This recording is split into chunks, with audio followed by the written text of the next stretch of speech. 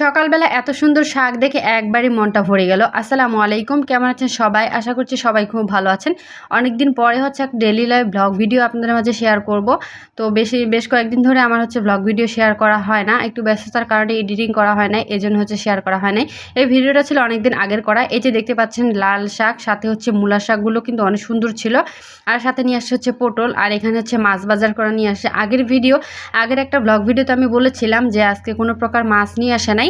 তো এই যে দেখতে পাচ্ছেন এখানে হচ্ছে পরের দিনের এটা ভিডিও ছিল আর কি। তো এই দিন বাজারে গিয়েছিল, বাজারে যাওয়ার পর এই যে মাছ নিয়ে আসছে, এখানে হচ্ছে সব মাছ কেটে কুটে নিয়ে আসছে, তেলাপিয়া মাছ নিয়ে আসছে, সাথে একটা রুই মাছ নিয়ে আসছে।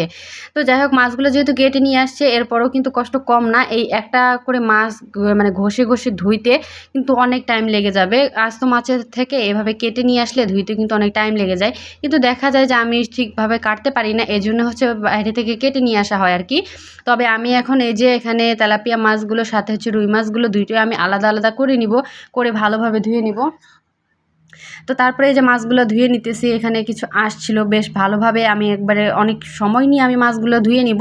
তো এই যে দেখতে পাচ্ছেন অনেক সুন্দর পরিষ্কারভাবে আমি মাছগুলো ধুয়ে নিয়েছি। এখন চলে আসবো দুপুরে রান্নাবান্না করতে।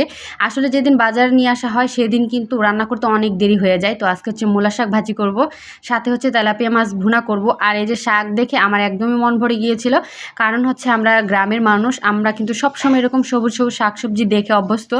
তবে এখন আমার বাইরে থাকার কারণে কিন্তু আমি এরকম টাটকা শাকসবজি খুবই কম দেখতে পাই আর কি, নিয়ে আসে মন মতো হয় না। তবে আজকে যে শাকগুলো দেখে আমার খুবই ভালো লেগেছিল, আর শাকগুলো কিন্তু খেতে অনেক মজাদার ছিল। তো আজকে আমি মূলা শাকগুলো ভাজি করেছিলাম, আর লাল শাকগুলো বেছে রেখে দিয়েছিলাম, যে এটা হচ্ছে আমি পরের দিনে রান্না করব আর কি।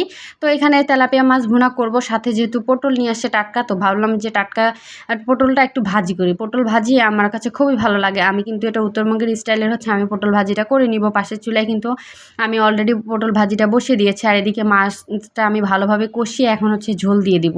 তো আজকে দুপুরে খাওয়ার জন্য এই যে তেলাপিয়া মাছ একটু ঝোল ঝোল করে রান্না করব টমেটো দিয়ে, সাথে হচ্ছে লাল শাক মানে মূলা শাক ভাজি, আর হচ্ছে পটল ভাজি। তো এই যে মূলা শাকটা দেখতে পাচ্ছেন, এটা কিন্তু অনেক লোভনীয়, খেতে কিন্তু অনেক মজাদার হয়েছিল।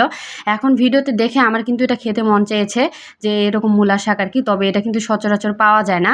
তো যাই হোক, বিকালবেলা আগের দিনে একটা পুডিং বানিয়েছিলাম, তো এটা এখন বের করে নিব। আসলে আমি সবসময় দুটো ডিম দিয়ে হচ্ছে পুডিংটা তৈরি করি, এটা আমার একটা পারফেক্ট হচ্ছে মানে মাপ হয়ে গেছে। পুডিংটা খেতেও যেমন মজার হয়, দেখতেও কিন্তু অনেক সুন্দর হয়। আসলে এখানে কোনো ইফেক্ট কোনো কিছু দেয়া নাই, এই মানে পুডিংয়ের যে মানে এটা হচ্ছে একদম রিয়েল। তো দেখতে কিন্তু মাশাআল্লাহ অনেক লোভনীয় ছিল, খেতে কিন্তু অনেক মজাদার। তবে যাই হোক, আমি কিন্তু আমার নিজের রান্নার যেটা ভালো হয় সেটা প্রশংসা কিন্তু নিজেই করি। আজকের ভিডিওটি এ পর্যন্ত। সবাই ভালো থাকবেন, সুস্থ থাকবেন। আল্লাহ হাফেজ।